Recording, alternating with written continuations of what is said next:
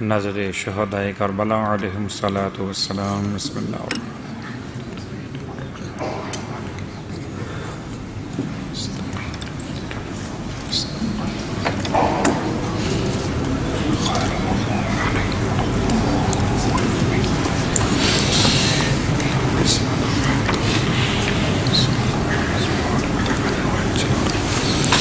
اعوذ باللہ من الشیطان اللعین الرجیم. بسم اللہ الرحمن الرحیم. الحمد للہ رب العالمین.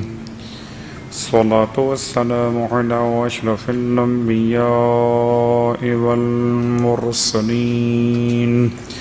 سیدنا ابی القاسم محمد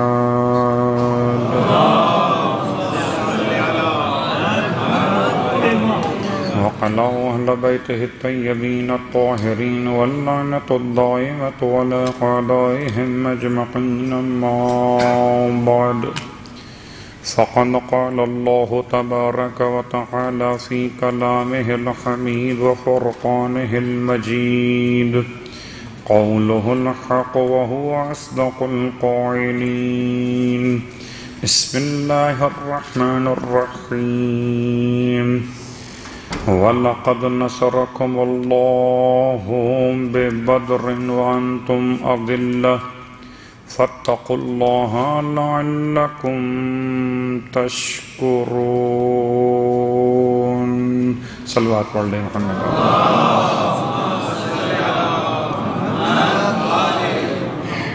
تمام تعریفیں خدائے بزرگ و برتر کے لیے جو بہترین پیدا کرنے والا، بہترین رزق عطا کرنے والا اور بہترین محبتوں کے ساتھ انسان پر لطف و کرم کرنے والا ہے. اور تمام ہدیہ درود و سلام نزوات مقدسات کے لیے کہ جن کی تعلیمات نے خدا کی عظمت کو، خدا کی قدرت کو اور خدا کی محبت کو سمجھا دیا ہے.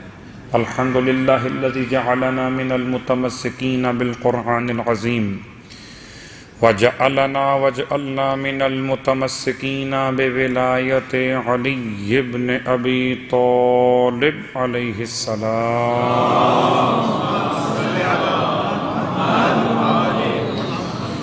وجعلنا وإياكم إن شاء الله من الطالبين بثأره مع وليه الإمام المهدي من آل محمد عليهم السلام. اما بعد، پروردگار کا لطف و کرم، اس کا شکریہ ادا کرتے ہوئے کہ اس نے ایک مرتبہ اور یہ موقع عطا کیا کہ فرش ولائے آل محمد پر اس یقین کے ساتھ حاضر خدمت کہ ہمارے ذکر سننے سے اور ذکر کرنے سے آل محمد کے مقام پہ فرق واقع نہیں ہوتا، البتہ ہماری حیثیت میں ضرور فرق واضح ہو جاتا ہے. تو ہم ذکر آل محمد کر کے آل محمد پر نہیں، اپنی ذات پر خود احسان کرتے ہیں کہ اگر یہ ذکر قبول ہو گیا تو نجات ہمارے لیے بھی اور ہمارے آباء و اجداد کے لیے بھی نجات ہے. ماہ مبارک رمضان اور سرکار ختمی مرتبہ احمد مجتبیٰ محمد مصطفیٰ صلی اللہ علیہ وآلہ وسلم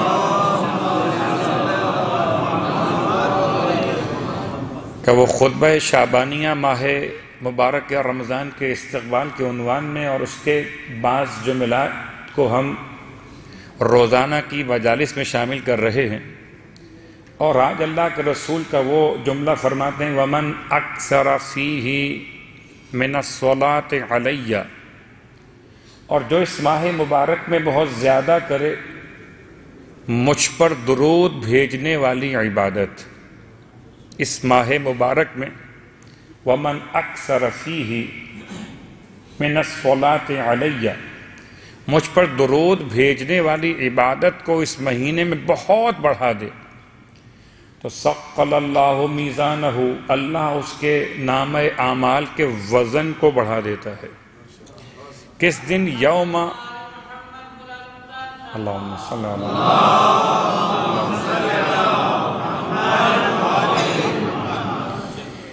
اس دن یوم تخف الموازین، جس دن کے لوگوں کے نام اعمال میزان ہلکے ہو رہے ہوں گے، اس دن ماہ مبارک میں درود پڑھنے والے کے لیے خدا نام اعمال کو وزنی قرار دے گا۔ بظاہر چھوٹی سی عبارت ہے، کبھی غور کیا آپ نے اس کا ترجمہ کیا ہے؟ اللہم صلی علی محمد وآل محمد۔ تجوید کے اعتبار سے انسان کی ذمہ داری ہے کہ الفاظ کو ایسے ادا کرے کہ الفاظ دوسرے الفاظ سے مخلوط ہو کر معنی غلط نہ دینے لگیں۔ صلی اور سلی، سین اور صاد، ان میں تو فرق ہونا چاہیے نا، بڑا فرق ہو جاتا ہے معنی کے اعتبار سے۔ سلے کہیے، جیسے کہ آپ اکثر دیکھتے ہیں مبغضان آل محمد کے پیروکاروں کو صلی سلم پڑھ رہے ہوتے ہیں، لا حول ولا قوت الا باللہ العلی العظیم، درود کی بھی توہین کر رہے ہوتے ہیں۔ بہت اچھی قرأت کرنے والے، بہت عمدہ قاریان قرآن، لیکن جب پیغمبر اکرم صلی اللہ علیہ وآلہ وسلم میں درود پڑھ رہے ہوتے ہیں تو عجیب انداز سے نامکمل، قرأت کے لحاظ سے بہت پیچیدہ، صلی سلم، یہ کیا ہوتا ہے؟ صلی اللہ علیہ وآلہ وسلم۔ اس پورے جملے میں ایک مقام پر استعمال ہوا صاد، ایک مقام پر استعمال ہوا سین۔ سلم، سلم درود نہیں، سلام۔ سلام مطلب السلام علیکم ورحمۃ اللہ وبرکاتہ، سلام یہ ہے، یا سلام کا مطلب ہے سر تسلیم خم کرنا۔ سورہ مبارکۃ الاحزاب میں آیت کا نشان 56، ان اللہ وملائکتہ یصلون علی النبی یا ایہا الذین آمنوا صلوا علیہ وسلموا تسلیما۔ دو سمجھ گئے۔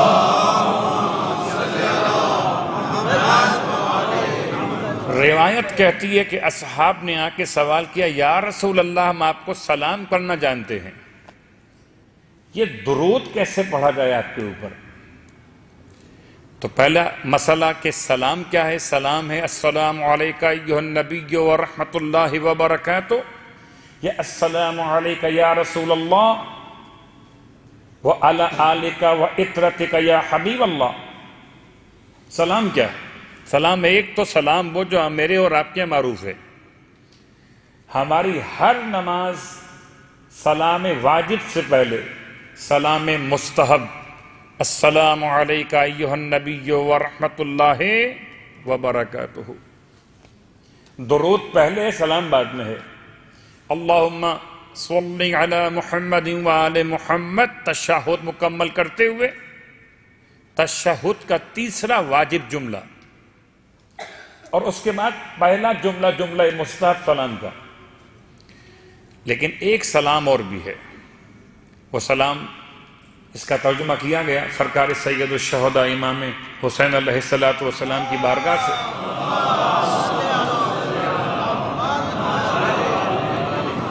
بہت مشہور جملہ ہے جو آپ نے عاشور کی شب میں سنا ہوگا کہ شام غریبہ میں سنا ہوگا، یا عصر عاشور کی مجلس میں سماعت کیا ہوگا۔ رضاً بقضائہ وتسلیماً لامرہ، ایک تسلیم ہے ہندوستان کے ادب میں یا لکھنؤ کے ادب میں تسلیمات لکھا بھی جاتا تھا اور پڑھا بھی جاتا تھا۔ تسلیمات کا مطلب سلام، لیکن سرکار سید الشہداء کے جملے میں تسلیم کا مطلب سلام نہیں ہے۔ تسلیم کا مطلب اپنے سر کو جھکاتے ہوئے خدا کے حکم کے سامنے اطاعت کا اظہار کرنا ہے۔ وَسَلِّمُوا تَسْلِيمًا، پیغمبر کے سامنے سروں کو جھکا دو کہ اطاعت مصطفیٰ ایسی ہو جائے کہ حلال محمد حلال الی یوم القیامت وحرام محمد حرام الی یوم القیامت۔ پیغمبر جو کہیں مان لو، ما آتاکم الرسول فخذوہ، جو تمہیں دے دے وہ لے لو، وَمَا نَهَاكُمْ عَنْهُ فَانْتَهُوا، اس سے منع کر دیں اس سے رک جاؤ۔ سورہ مبارکہ الحشر کی آیت۔ تو ایک تسلیم ہے، ایک صلوات ہے۔ صلوات کیا ہے؟ سواد سے پڑھتے ہیں اگر تو صلوات کا ترجمہ ہے اللہم صلی علی محمد و آل محمد، یوں پڑھ لیجئے یا یوں پڑھ لیجئے اللہم صلی علی محمد و آل محمد، یا یوں پڑھ لیجئے اللہم صلی وسلم علی محمد و آل محمد، یا یوں پڑھ لیجئے کما صلیت وسلمت وبارکت وترحمت ومننت علی ابراہیم و آل ابراہیم انکا حمید مجید۔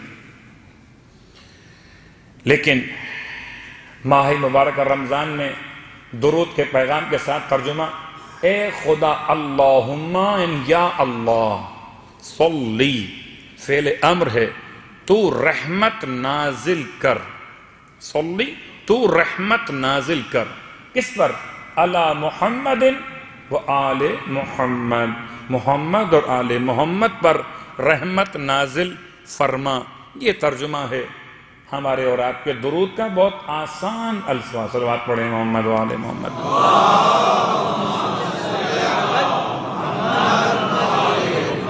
اب اگر کوئی اس درود کو اس طرح پڑھے، اللہم صلی کہہ دے، سواد کی جگہ سین کہہ دے، صلی، تو ترجمہ ہے قتل کر دے۔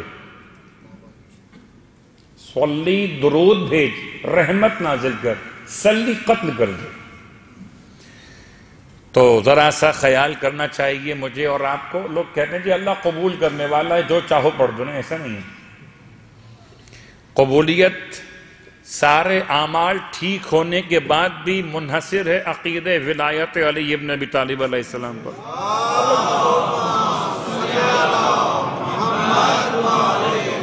یہ کہاں لکھا کہ غلط اعمال کرو، نامکمل اعمال کرو اور پھر کہ اللہ قبول کرنے والا ہے؟ تو درود اس ماہ مبارک رمضان میں اور پھر خاص طور سے آج کی رات یعنی کہ لیلۃ الجمعہ، اس کو نام دیا گیا خاص طور سے لیلۃ غرائن۔ شب جمعہ کا ایک نام اور بھی ہے، وہ ہے لیلۃ غرہ۔ غرہ کا لفظ آپ کو ملے گا دعائے ندبہ میں، جناب خدیجہ طاہرہ سلام اللہ علیہ کے نام سے ملا ہوا۔ جب آپ پڑھتے ہیں آئین ابن النبی المصطفیٰ وابن علی المرتضی وابن فاطمۃ الزہرا وابن خدیجۃ الغرہ، یا کبرا استعمال ہوا بعض مقامات پہ، یا غرہ استعمال ہوا۔ غرہ روشن، چمکدار اور ایسی وجاہت کا چہرہ لیے ہوئے۔ تو لیلۃ غرائن شب جمعہ اور ماہ رمضان کی شب جمعہ، تو سبحان اللہ، نور علی نور۔ اس رات کی مناسبت سے اور اس مہینے کی اہمیت میں درود کی فضیلت، اور امام جعفر صادق علیہ السلام کی روایت،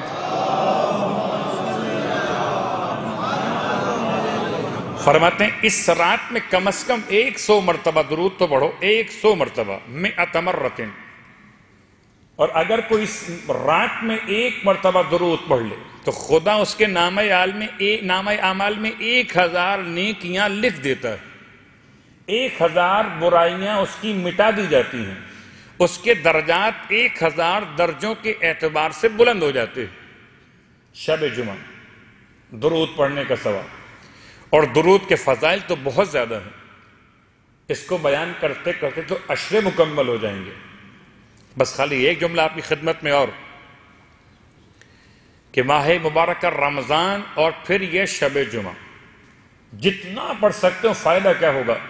روز قیامت جب انسانوں کے نامہ اعمال تولے جا رہے ہوں گے تو انسان اگر سورہ القاریہ کو پڑھے تو القاریۃ ما القاریہ وما ادراک ما القاریہ یوم یکون الناس کالفراش المبثوث وتکون الجبال کالعہن المنفوش فاما من ثقلت موازینہ فہو فی عیشۃ راضیہ واما من خفت موازینہ فامہ ہاویہ وما ادراک ما ہی نار حامیہ.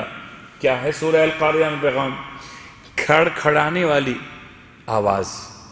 یہ کیا ہے آواز کھڑکھڑانے والی؟ انسان تجھے کیا معلوم کہ القاریہ کیا ہے؟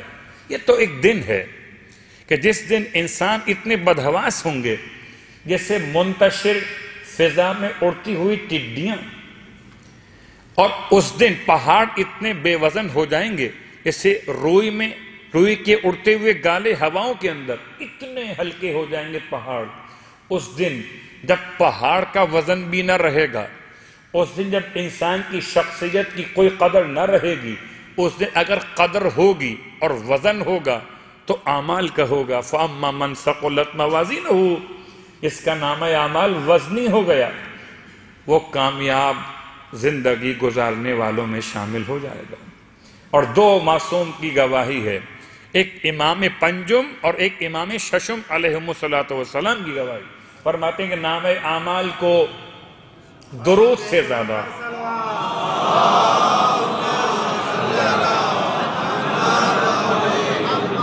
نامہ اعمال کو درود سے زیادہ کوئی اور عمل وزنی نہیں کر سکتا. اور درود میں کوئی شرط نہیں ہے، قبلہ رخ ہونا شرط نہیں ہے، با وضو ہونا شرط نہیں ہے، کسی خاص مقام پر بیٹھنا شرط نہیں ہے. حالت نجاست و طہارت میں جو عمل مستقل انجام دیا جا سکتا ہے بڑے ثواب کا عمل ہے. ایک مرتبہ آپ اگر درود پڑھتے ہیں 10 مرتبہ خدا آپ پر رحمت کو نازل کرتا ہے.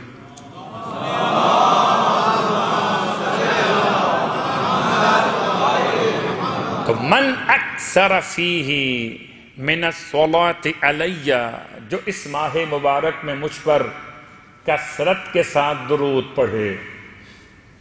آپ قرآن نہیں پڑھ سکتے، عربی تلفظ کا مسئلہ ہے تو ٹھیک ہے، قرآن لے کے بیٹھ تو جائیے اور قرآن کو کھول کر اپنے سامنے کر لیجئے کہ قرآن کو دیکھنا بھی عبادت ہے. قرآن کو دیکھتے رہیے، درود پڑھتے رہیے کہ دیکھنے والی عبادت بھی ہو رہی ہے اور درود آل محمد کا ثواب بھی آپ کے نامہ اعمال میں لکھا جا رہا ہے، اور مومن کی پردہ پوشی بھی ہو رہی ہے. سامنے والے سمجھ رہے کہ آپ قرآن پڑھ رہے ہیں. صلوات پڑھے محمد و آل محمد.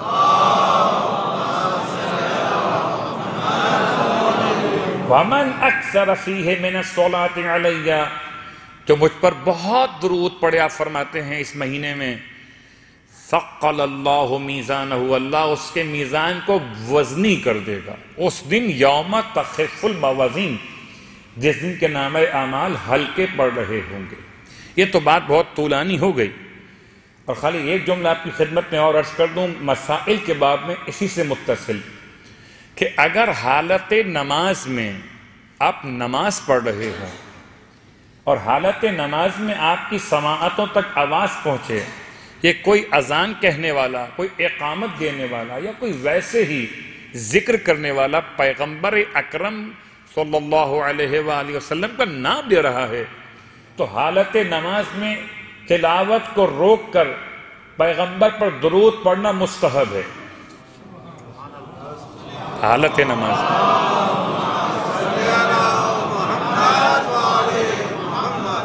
آپ پڑھ رہے تھے، الحمد پڑھ رہے تھے، الحمدللہ رب العالمین، آپ نے سماعت کی، کہیں سے آپ کو آواز آ گئی، کسی نے کہا اشہد ان محمد الرسول اللہ، آپ نے اسی منزل پر اللہم صلی علی محمد وآل محمد، اب کہا الرحمن الرحیم مالک یوم الدین. حالت نماز میں پیغمبر کا نام سننے کے بعد انسان کے لیے مستحب ہے کہ درود کی تلاوت کرے. پیغمبر کا نام لکھیں تو درود لکھنا مستحب، زبان سے ادا کریں تو درود پڑھنا مستحب، سماعت کریں تو درود پڑھنا مستحب. اس لیے کہ درود میں سارا اپنا ہی فائدہ ہے، کچھ فائدہ پیغمبر کا نہیں ہے، کہ پیغمبر پر خدا میرے اور آپ کے کہنے سے رحمت نہیں بھیجنے والا. اور کیا کوئی رحمت ایسی ہے جو بچی ہوئی ہو، جو پروردگار نے روک کر رکھی ہو کہ نہیں جب بھی بندے کہیں گے تب میں رحمت بھیج دوں گا.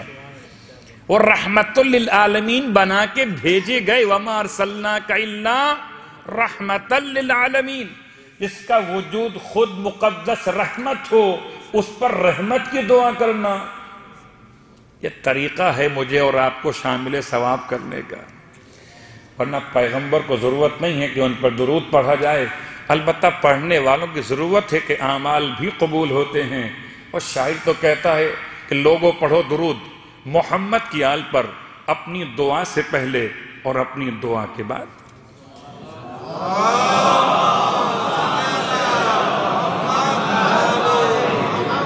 اور آخری جملہ درود کے حوالے سے، انشاءاللہ ابھی تو آپ کی جیبوں میں، آپ کے اخراجات میں کرنسی کا نام کیا ہے؟ دینار، درہم، بالآخر ریال، ڈالر اور پاؤنڈ اور تمام بالآخر تمام کرنسیز مختلف ممالک کی۔ لیکن زمانہ غیبت کے ختم ہوتے کے ساتھ کرنسیز ختم ہو جائیں گی۔ زمانہ ظہور میں کرنسیز ختم ہو جائیں گی۔ کیوں ختم ہو جائیں گی؟ کہ کوئی بینک ایسا رہے گا ہی نہیں کہ جو ظہور امام کی ابتدا کے موقع پر اتنا مضبوط باقی رہ جائے کہ کرنسی کو سپورٹ کر سکے۔ اسٹیٹ بینکس، پھر کیا ہوگا؟ زمانے ظہور میں تمام تر افراد کے لیے کرنسی جو امام کی طرف سے اناؤنس ہوگی وہ صرف درود ہوگا۔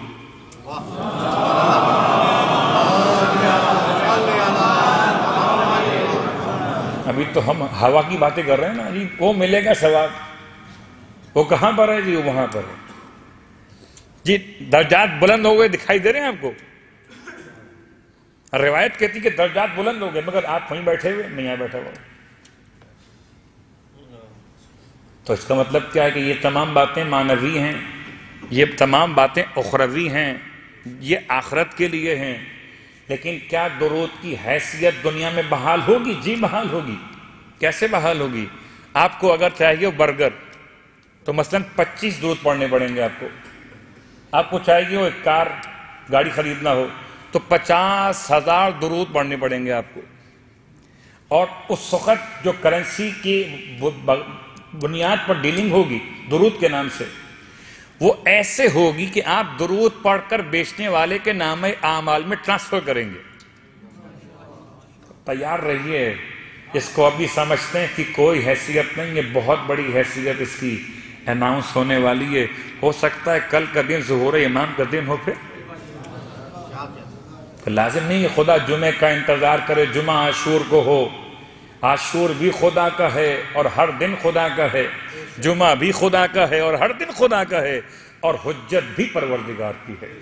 صلوات پڑھ لیں محمد و آل محمد۔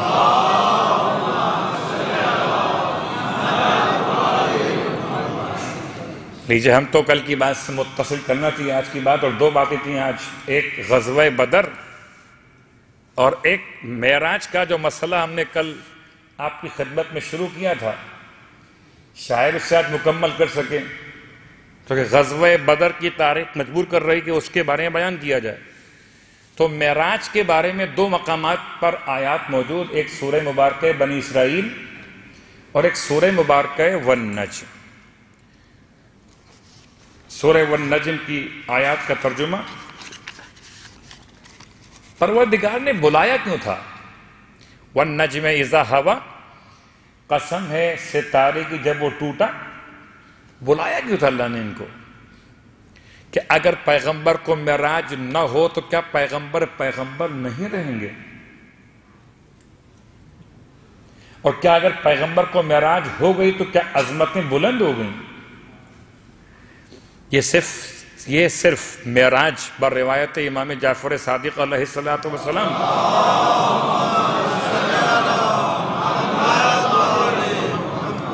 لوگ سمجھتے ہیں شاید پیغمبر خدا سے ملاقات کرنے گئے تھے۔ امام فرماتے ہیں خدا مکان میں محدود نہیں ہو سکتا۔ تو اگر آپ یہ سمجھتے ہیں کہ پیغمبر خدا سے ملاقات کرنے گئے تھے تو کسی جگہ گئے تھے، جگہ ہے مکان، اور اگر مکان میں خدا کو محدود کر دے تو خدا کب رہا وہ؟ نہ تو خدا مکان میں محدود ہے، نہ زمانہ اس پر اثر کرتا ہے۔ خدا پر زمانہ اثر نہیں کرتا، خدا تو خدا ہے، حجت خدا پر زمانہ اثر نہیں کرتا۔ سب بوڑھے ہو جاتے ہیں مگر زمانے کا امام آج بھی جوان ہے. 1100 سال سے زیادہ کا عرصہ ہو چکا تو زمانہ اثر نہیں کرتا. تو پیغمبر پھر معراج پر گئے کس لیے تھے؟ معراج پر بلانے کا ایک مقصد کہ آسمان کے رہنے والوں کو رسول خدا کی زیارت کروانا تھی. آسمان کے رہنے والوں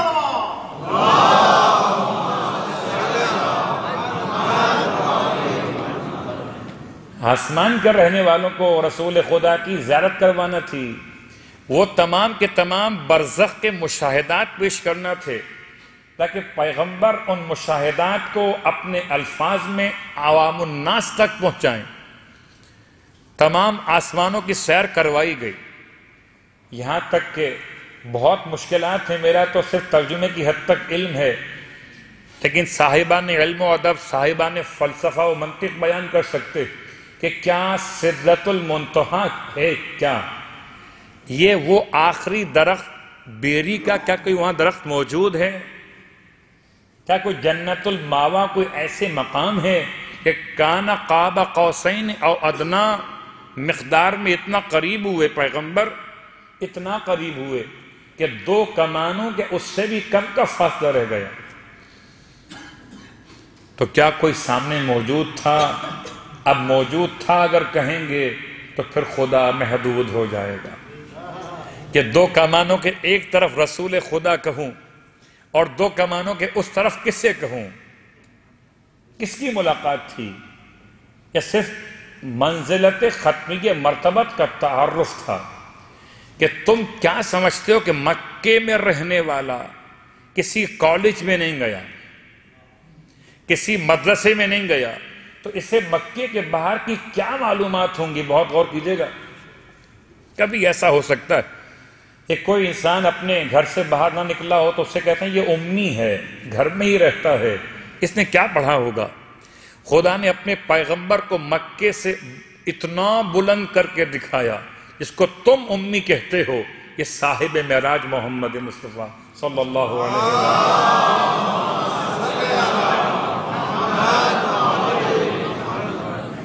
اور سوچئے گا کہ ایک الزام ساحر جادوگر، ایک الزام کاہن، ایک الزام شاعر، اور ایک یہ الزام کہ آپ تو غلط کہتے ہیں، ایسا ممکن نہیں ہے.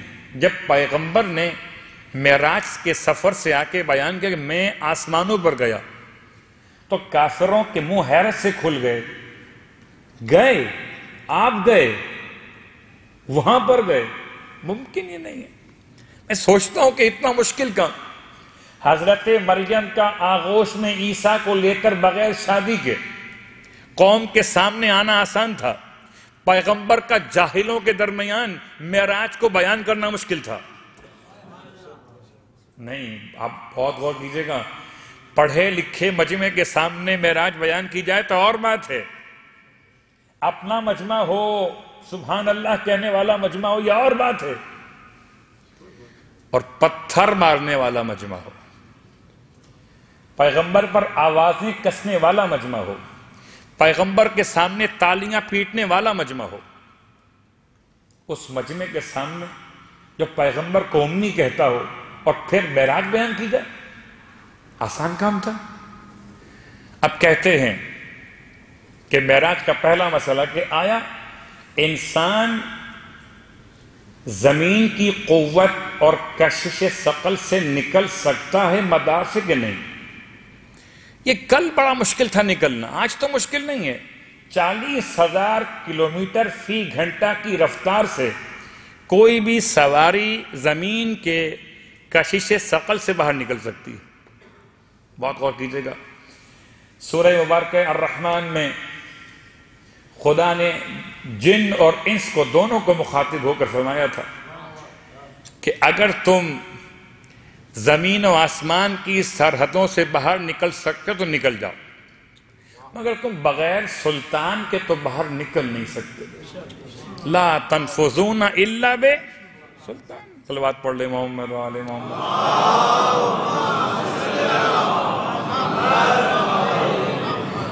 تو شاید کل کے دور میں یہ بڑا مشکل تھا کہ 40,000 کلومیٹر فی گھنٹہ کی رفتار سے کوئی سواری ایسی سامنے آئے جو زمین سے آسمان کی سمت مخالف، زمین کی سمت مخالف میں طرف آسمان اڑے۔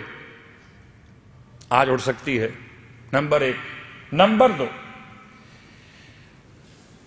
کہ وہاں سے نکلنے کے بعد اب خلا میں پہلا مسئلہ آکسیجن کا، اگر خلا میں پہنچ بھی گئے فضا سے نکل کر تو آکسیجن کہاں سے آئے گی؟ تو آج کا انسان آج کی جدید سہولتوں کے ساتھ یہ بات بہت پہلے کر چکا، اور اگر آج کا انسان اس قابل ہے تو کیا محمد کا رب اس قابل نہیں تھا کہ اپنے حبیب کو خلا میں آکسیجن پہنچانے کا ذریعہ عطا کر دیتا؟ ارے وہ جو جلتے ہوئے آگ کے بہت بڑے الاؤ میں ابراہیم کو آکسیجن دیتا ہے، وہ جو پیٹ میں مچھلی کے یونس کو آکسیجن دیتا ہے، وہ تو بند بکسے میں موسیٰ علیہ السلام کو تنفس پہنچاتا ہے، کیا وہ پروردگار اپنے مصطفیٰ کو خلاؤں میں سانس دینے پہ قادر نہیں تھا؟ آج کا انسان ترقی یافتہ انسان ہے۔ کل معراج جانا کیسے ممکن ہوا؟ پیغمبر گئے کیسے؟ اتنا بلند ہو گئے، سپیڈ کتنی تھی؟ سواری کون سی ہے؟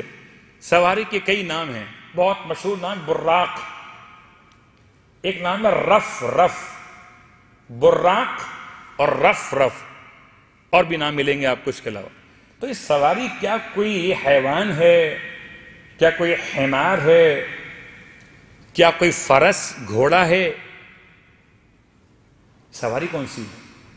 تو سواری کی وضاحت اب تک سائنس بھی خاموش ہے، اور روایتوں نے براق کی وضاحت نہیں کی ہے۔ خدا چاہتا تو جبرائیل امین کے پر بھی آپ کو بٹھا کر بلوا سکتا تھا، مگر جبرائیل کے پر میں اتنی طاقت کہاں کہ پیغمبر کے وجود اقدس کے وزن کو سنبھالنے۔ وہ اتنا مضبوط جگر والا ہے کہ اگر قرآن پہاڑ پہ نازل ہو تو پہاڑ خوف خدا سے ریزہ ہو جائے، قلب مصطفیٰ اتنا مضبوط ہے۔ تو جس نے مصطفیٰ کتنا مضبوط صلوات پڑھے محمد و آل محمد۔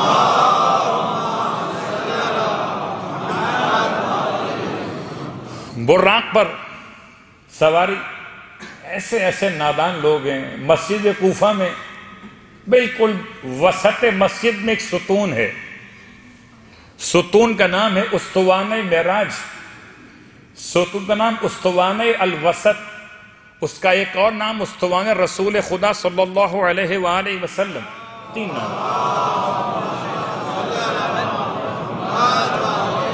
اور جو آپ میں سے گئے انہیں یاد دلا رہا ہوں، انہوں نے دیکھا ہوگا اس ستون کے تقریباً بائیں ہاتھ کی طرف لیفٹ سائڈ پر ایک پرانے زمانے کے پتھر کا تراشا ہوا ایک چھوٹا سا پلر گول زمین میں نصب ہے، اور نادان لوگ جا کے اس کو چومتے ہیں اور چوم پر کہتے ہیں کہ یہاں پر اللہ کے رسول کا براق باندھا گیا تھا۔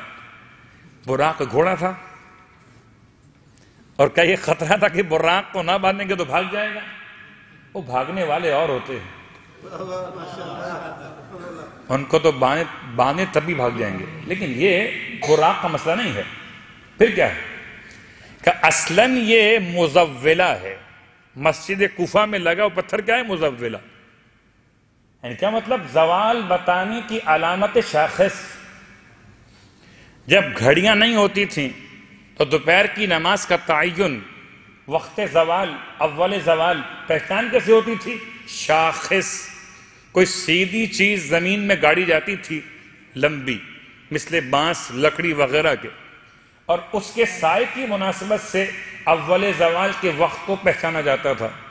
تو یہ وہ ہے مزولانہ، کہ وہ جو براق باندھنے کا مقام لوگ کہتے۔ تو پیغمبر مدینے بھی گئے اور کوفہ بھی گئے سفر معراج میں، لیکن یہاں تک جانا آسان ہے، اوپر کیسے گئے؟ تیسرا مسئلہ کہ خلا میں 2 مسئلے آتے ہیں۔ ایک، سورج جس مقام پر نہیں پڑ رہا مستقیماً، وہ اتنی یخ ہے، اتنی ٹھنڈی جگہ ہے کہ آدمی ویسے مر جائے گا، اور جہاں سورج کی روشنی پڑ رہی مستقیماً وہ اتنی گرم ہے، اتنی گرم ہے کہ انسان جل کے مر جائے گا اگر اس کے پاس سردی گرمی سے بچنے کے ایسے لباس موجود. سورج کی کرنیں یہاں تک آتے آتے معتدل ہو جاتی ہیں باوجود گرمی کے موسم کے. تو خلا میں یہ جو روشنی ہے سورج کی وہ کتنی گرم ہوگی اور جانے والا. پھر تیسرا مسئلہ کہ ایسی ریز جو خلا کے اندر موجود ہیں کہ جو انسان کی صحت کے لیے انتہائی نقصان دہ ہیں. 3-4 قسم کی ریز بیان کی ہیں علماء حیات نے یا ریسرچ کرنے والوں نے جو خلا کے اندر موجود ہیں جو انسان کو ختم کر سکتی. ان سے بچنا کیسے ممکن ہوگا؟ اور ایک اور بات سب سے مشکل بات ہے کہ اتنا تیز سفر کیسے ممکن ہے کہ وقت کی رفتار اور روشنی کی رفتار کہ جانے والا نکل کے چلا جائے اور وقت کی رفتار سے بھی زیادہ تیز جائے واپس آ جائے. بہت سی باتیں ہیں کہ اگر نظام چل رہا اور ایک کے پیچھے ایک سسٹم بنے ہوئے ہوں اور سرکل گھوم رہا ہو اور آپ کو یہ معلوم ہو کہ ڈیوریشن کتنا ہے ان دو کے گزرنے کا اور درمیان سے آپ کو نکلنا تو آپ کو پورا حساب قائم کرنا پڑے گا کہ سورج آگے جا رہا ہے مثلا چاند پیچھے آ رہا ہے مثلا اس کے بیچ میں کتنا گیپ بنتا ہے اور کتنے دورانیے میں یہ گیپ مجھے نکالنے میں کامیاب ہو سکے گا. اللہ کا رسول اوپر جا رہے تھے تو پورا کوئی سسٹم تو قائم کیا ہوگا نا. 7 آسمان اور بعض میں 9 آسمان اور پھر سدرۃ المنتہا اور پھر جنت الماوا پھر منزل قاب قوسین. کہاں تک پہنچے؟ کوئی جیکٹ پہن کے گئے تھے آپ؟ کوئی آپ نے لگایا سلنڈر اپنے ساتھ میں؟ نہیں. اس کا مطلب آج کی علمی ترقی انسان کو بتاتی کہ پاسبلٹی ہے کہ انسان خلا کا سفر طے کر سکے. اگر آج کا انسان آج کے علم کی بنیاد پر خلا کے سفر کو طے کر سکتا ہے تو جو باب شہر علم کا شہر ہو جو علی ابن ابی طالب کا استاد ہو جو پروردگار کا سکھایا ہوا مصطفیٰ ہو وہ کیسے ممکن ہے کہ اتنا بھی نہ جانتا ہو کہ ان تمام مسائل کو حل. صلوات پڑھے محمد و آل محمد.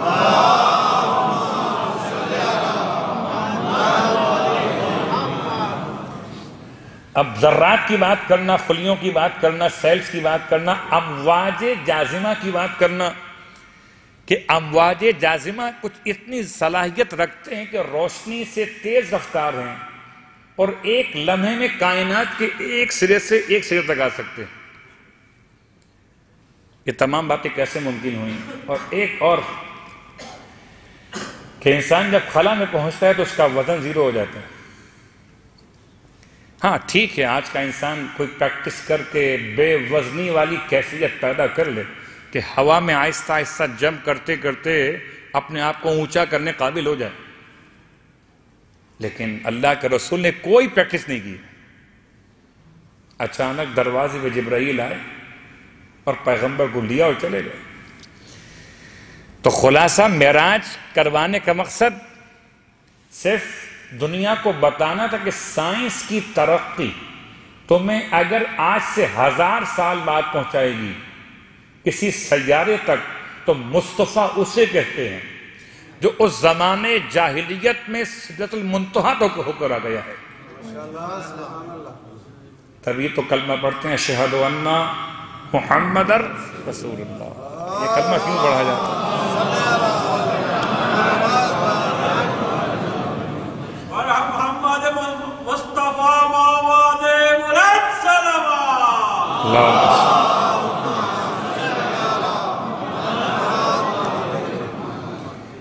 بہت مشکل ہے سفر معراج کو سائنسی طور پر بھی اتنا آسان بنانا. اور کیا یہ ممکن ہے کہ پیغمبر گئے ہی نہ ہوں، آپ نیچے ہی ہوں اور آپ نے نیچے رہتے ہوئے معراج کر لی ہو؟ مثال دوں آپ کو، آپ سجدہ کرتے ہیں نماز میں نماز کیا ہے؟ مومن کی معراج۔ سجدہ کیا ہے؟ نماز کی معراج۔ تو آپ اوپر جاتے ہیں، جسم تو یہیں ہوتا ہے، آپ ہو کے بھی آ جاتے، تو کیا سائنسی اعتبار سے یہ ممکن ہے کہ انسان ایک وقت میں ایک سے زیادہ مقامات پر اپنے وجود ثابت کر سکو؟ جی ممکن ہے۔ لیکن ابھی اس کو اتنا آسان کرنا کہ ہر ایک کے لیے سمجھنا اس کو ممکن ہو جائے بڑا مشکل ہے۔ معراج ایک ایسا سفر ہے کہ جو چیلنج ہے تمام تر صاحبان علم کے لیے، اور خدا کہتا ہے ہم نے بلایا ہے اور تمام نشانیاں دکھائی ہیں۔ تفصیل کو پھر روکتے ہوئے صرف 2 جملے کہ فضیلت میں یا تو اشعار سے یا فضیلت میں وہ جملہ جو خطیب حضرات پڑھا کرتے، تو شاعر اپنی زبان اشعار میں کہتا ہے کہ توصیف محمد کروں تحریر کہاں تک، ناچیز کا ادراک تو پہنچا ہے وہاں تک، جبریل کے پر جلنے کا امکان ہے جہاں تک، نالین محمد کی رسائی ہے وہاں تک۔ اب اس سے جو آگے ہے وہ پردے میں نہاں ہے، بازو ہے محمد کا یا خالق کی زبان ہے۔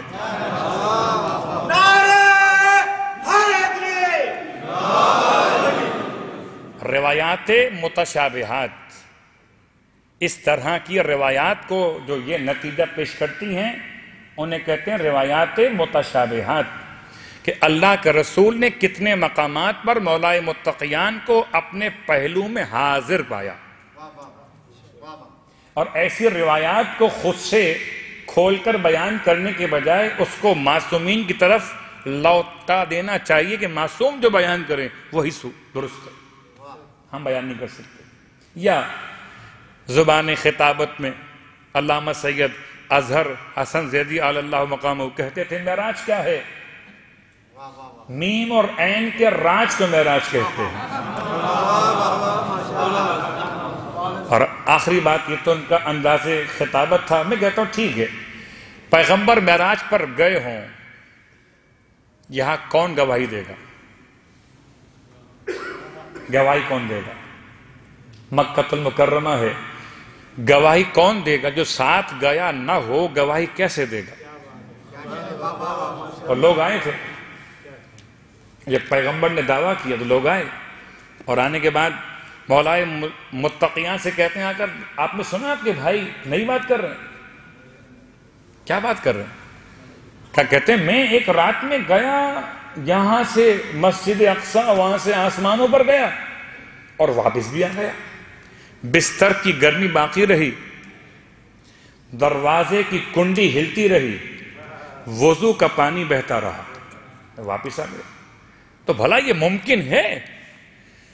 مولائے مشکل کشا نے اللہ کے رسول کو دیکھ کر ارشاد فرمایا یا رسول اللہ آپ انہیں بتلاتے ہیں کہ کیا ہوا، انہیں بتلا دیں۔ تو گواہ تو ایسا صلوات پڑھے محمد والے محمد۔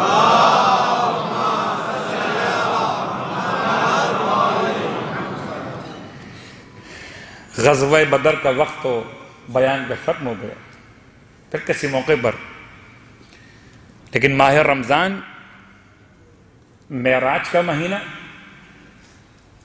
ماہ رجب بعثت کا مہینہ، رجب کی 27 تاریخ بعثت کا مہینہ، بعثت کی تاریخ، بعثت یعنی رسالت کا اناؤنس کرنا، رسالت کا اعلان کرنا۔ معراج ماہ رمضان کی 17 تاریخ۔ البتہ روایات مکتب اہل بیت میں ایک روایت یہ ملی کہ اللہ کے رسول کو 1 سے زیادہ مرتبہ، یا روایت میں 36 مرتبہ معراج کا ذکر ہوا کہ خدا نے اپنے پیغمبر کو 36 مرتبہ معراج کا شرف عطا کیا۔ تو ہو سکتا ہے کہ کوئی معراج رجب میں ہوئی ہو اور کوئی معراج ماہ رمضان میں ہوئی ہو، لیکن صاحب معراج پیغمبر، عظیم پیغمبر، غزوہ بدر اور اللہ کے رسول کی دعا پوری ہو رہی تھی، ایک مختصر لشکر، ایک بڑے لشکر پہ کامیابی حاصل کر رہا تھا۔ لشکر کا علم علی ابن ابی طالب علیہ السلام کے ہاتھ میں تھا۔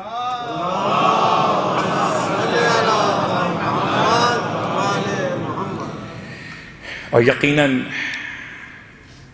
جو بدر کے شہداء ہیں، جو بدر کے صاحبان ایمان جنگ میں شریک ہوئے تھے، ان کی فیگر بڑی مبارک ہو گئی، 313 افراد، اور ایسے 313 کہ بدر کے بعد اگر زمانے کے امام ظہور فرمائے تو 313 افراد اس کے حکومت کے ارکان یا مشیران یا وزیران کہے جائیں۔ لیکن عزیزو، شب جمعہ خدا کرے ایک شب جمعہ ایسی نصیب ہو جب ان شہیدوں کو سلام پیش کرے جو بدر کے شہیدوں سے بھی افضل ہے۔ یہ کون سے شہید ہیں؟ سلیمان اعمش سے روایت، مزار کبیر کتاب کا نام اور بہت مشہور روایت، محدث کبیر جعفر ابن محمد بیان کرتے ہیں المشہدی کہ سلیمان اعمش کوفے میں رہتے تھے، اپنے پڑوسی سے کربلا کی زیارت کا عنوان بیان کر رہے تھے۔ پڑوسی سے پوچھا کہ تم کیا سمجھتے ہو کہ زیارت امام حسین کرنی چاہیے یا نہیں کرنی چاہیے؟ وہ کہتا ہے یہ بدعت ہے، میں نقل کفر کر رہا ہوں، اور ہر بدعت گمراہی ہے، اور گمراہی جہنم میں لے جائے گی۔ سلیمان کہتے ہیں مجھے بڑا افسوس ہوا، میں اٹھ کے چلا آیا، ہمت نہیں ہوئی آگے بات کرنے کی۔ اب میں چاہتا تھا کہ اگلے دن جا کر اس سے پوری بحث کروں، مناظرہ کروں۔ جب گھر پہنچا، اس کے نقل بات کیا تو اندر سے معلوم ہوا کہ وہ پڑوسی زیارت کربلا کے لیے جا چکا ہے۔ کہتے ہیں میں بڑی تیزی کے ساتھ نکلا اس راستے پر جہاں لوگ کربلا کے لیے جاتے تھے، تو میں پہنچ گیا اس مقام تک جہاں وہ میرا پڑوسی سفر زیارت پہ امام علیہ السلام کے قافلے میں شامل تھا۔ نماز پڑھ رہا تھا، نماز سے فارغ میں نے پوچھا تمہیں کیا ہو گیا؟ تم کل تک تو اس کو بدعت کہتے تھے اور آج تم خود جا رہے ہو۔ کہتا کچھ مت کہو، میں نے اپنا عقیدہ بدل لیا ہے۔ کہا کیا بات ہو گئی؟ کہا میں نے رات کو تم سے بحث کے بعد خواب دیکھا ہے، اس خواب میں میں نے ایک بہت عمدہ اور نفیس گھوڑے پر سوار ایک شخص باروق کو دیکھا۔ پوچھا یہ کون تھا؟ رسول خدا۔ ان کے آگے ایک اور گھوڑا سوار ہے، بہت جلال اور ہیبت لیے ہوئے، یہ کون تھا؟ علی مرتضیٰ۔ اور ابھی میں ان دونوں کو دیکھ رہا تھا کہ پیچھے سے ایک نورانی اونٹ کی سواری دو باحجاب خواتین کو لیے ہوئے نمودار ہوئی۔ پوچھا یہ دونوں کون بیویاں ہیں؟ کہا ایک خدیجہ طاہرہ ہیں، ایک فاطمہ زہرا ہے، اور ان کے ساتھ ساتھ ایک اور جوان گھوڑے پر۔ پوچھا یہ کون؟ کہ حسن مجتبیٰ ہے۔ کہا یہ قافلہ کہاں جا رہا ہے؟ کہا کربلا آقا حسین کی زیارت کو جا رہا ہے۔ شب جمعہ ہے نا؟ کہتے میں نے دیکھا کہ آسمان سے کچھ ایسے پرچے گر رہے ہیں جن پر امان نامہ لکھا ہوا ہے کہ اگر کوئی شب جمعہ روزے آقا حسین علیہ السلام کی زیارت کرے تو اس کے لیے جہنم سے امان ہے۔ واہ غربتا!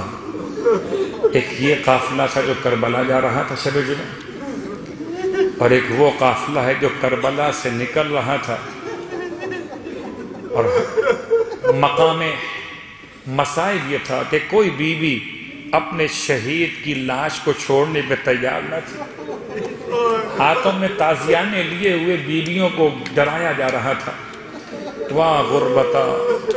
تمام بیویوں کو اسیر بنا کر جب بٹھایا جا رہا، جناب زینب کو جلال آ گیا، فرمایا سب پیچھے ہٹ جائیں، کوئی نامحرم قریب نہ آنے پائے، ہم اپنی بیویوں کو اپنے ہاتھوں سے خود سوار کرا دیں گے۔ سب کو سوار کرایا جناب زینب کبریٰ نے، یہاں تک کہ اماں فضہ رہ گئیں۔ اماں روتی تھی کہ شہزادی یہ کنیز آپ کو سوار کرائے گی، آئی اس لیے ہے، یہ زندہ ہی اس لیے ہے، اس نے رسول سے حیات مانگی ہی اس کام کے لیے تھی، مگر جناب زینب فرماتی نہیں اماں آج زینب سوار کرائے، اور بی بی نے اماں فضا کو سوار کرا دیا، اب اکیلی رہ گئی، کبھی دائیں دیکھا کبھی بائیں دیکھا، اپنا سوار کرانے والا کوئی دکھائی نہ دیا۔ ایک مرتبہ علقمہ پر نگاہ پڑ گئی، آواز دی این اخل عباس، اے میرے بھائی عباس کہاں رہ گئے؟ ارے جب کلی مدینے سے تمہیں سوار کرایا تھا بھیا آؤ کہ بہن سوار ہونا چاہتی ہے۔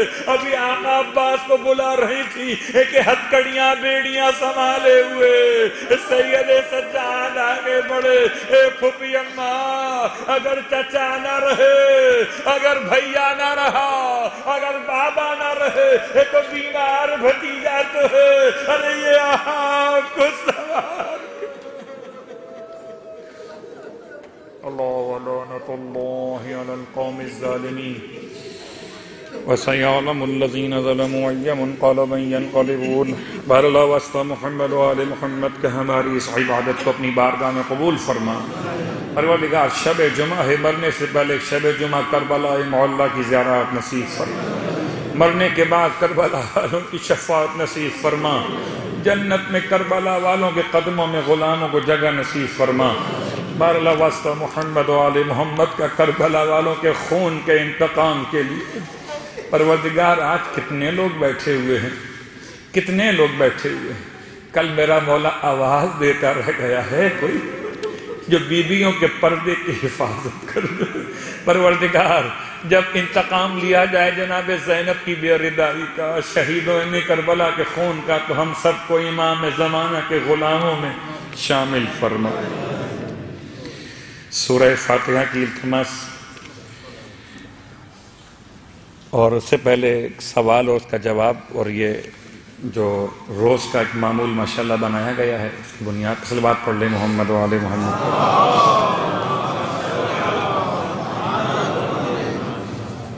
قبلہ محترم نے لیلۃ الجمعہ کا ایک دوسرا نام بیان کیا تھا۔ سوال یہ ہے کہ اس کا دوسرا نام کیا ہے اور اس دوسرے نام کا مطلب کیا ہے؟ تھوڑا پیچھے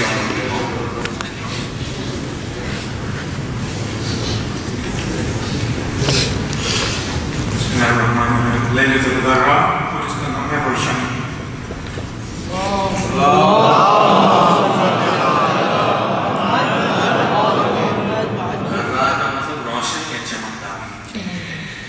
آج کی افطار کا انتظام تھا لیلانی فیملی بندے خدا کی جانب سے ان کے مرحومین کے لیے، دھارسی فیملی، مرچنٹ فیملی، نیانی فیملی، پونا والا فیملی کے مرحومین، اور نیک جان بیگم بنت گل میر، مرحوم امجد صابری ابن غلام فرید صابری، اور نماز وحشت کی بھی التماس ان مرحومین کے لیے جن کے نام نیک جان بیگم بنت گل میر، اور تمام ارواح مومنین مومنات، تمام شہداء ملت کے لیے، تمام عاشقان محمد و آل محمد مرحومین کے لیے جو معراج جسمانی پہ یقین رکھتے انتقال کر گئے، اور خاص طور سے شہداء بدر کو یاد فرماتے ہوئے الفاتحہ۔ بسم اللہ الحمدللہ رب العالمین الرحمن